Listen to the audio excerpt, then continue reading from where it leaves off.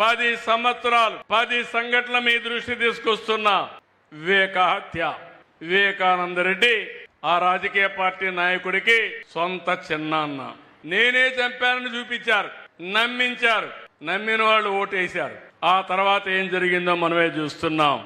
Number 2, కోడికత్తి drama ఆడి నేనేదో అతనితో మాట్లాడి నేను చేయించానని చెప్పి మాట్లాడే పరిస్థితికి వచ్చారు.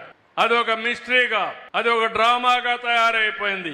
మూడోది, ఎలక్షన్ల ముందు గులకరాయి డ్రామా. ఎన్నికల సమయంలో గులకరాయి పిచ్చుకున్నారు. దానిపైన హాస్పిటల్కి పోయి టెస్ట్ చేయించారు. డ్రామా ఆడి కడాన ఒక అమాయకుడిని చిత్రహింసలు పెట్టే పరిస్థితికి వచ్చారు. డయాఫామ్ వాల్ పోలవరం పైన కట్టవలసిన కాఫర్ డ్యామ్ కట్టకుండా పూర్తి చేయకుండా నిర్లక్ష్యం చేస్తే డయాఫామ్ వాల్ కట్టుకోబోయింది. అది కూడా నా వల్ల పోయిందని 5 ఏళ్లు కట్టకుండా వదిలిపెడితే దాన్ని రెక్టిఫై చేసి ఇప్పుడు కట్టుకునే పరిస్థితికి వస్తున్నాం. మేము ఇంటింటికి పోయి ఆ రోజు ఉన్నటువంటి వాలంటీర్లంతా ప్రచారం చేస్తా ఉంటే వాలంటీర్లు రాకుండా లేకుండా పింఛన్లు ఇమ్మన్నాం.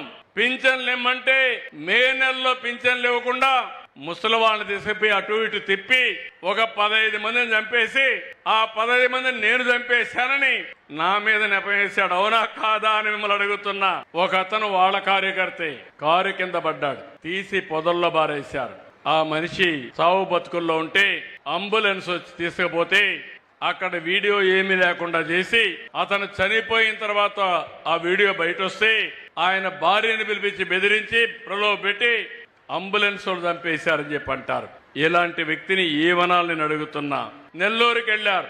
నెల్లూరుకి వెళ్లి అక్కడ మనుషులు రాకపోతే బంగారుపాలెంలో వచ్చిన మనుషుల యొక్క ఫోటో పెట్టి మార్ఫింగ్ పెట్టి ఆ ఫోటో ఇచ్చి ప్రచారం చేసుకునే పరిస్థితికి వచ్చారు. నిన్న అమరావతి మునిగిపోయిందని ప్రచారం.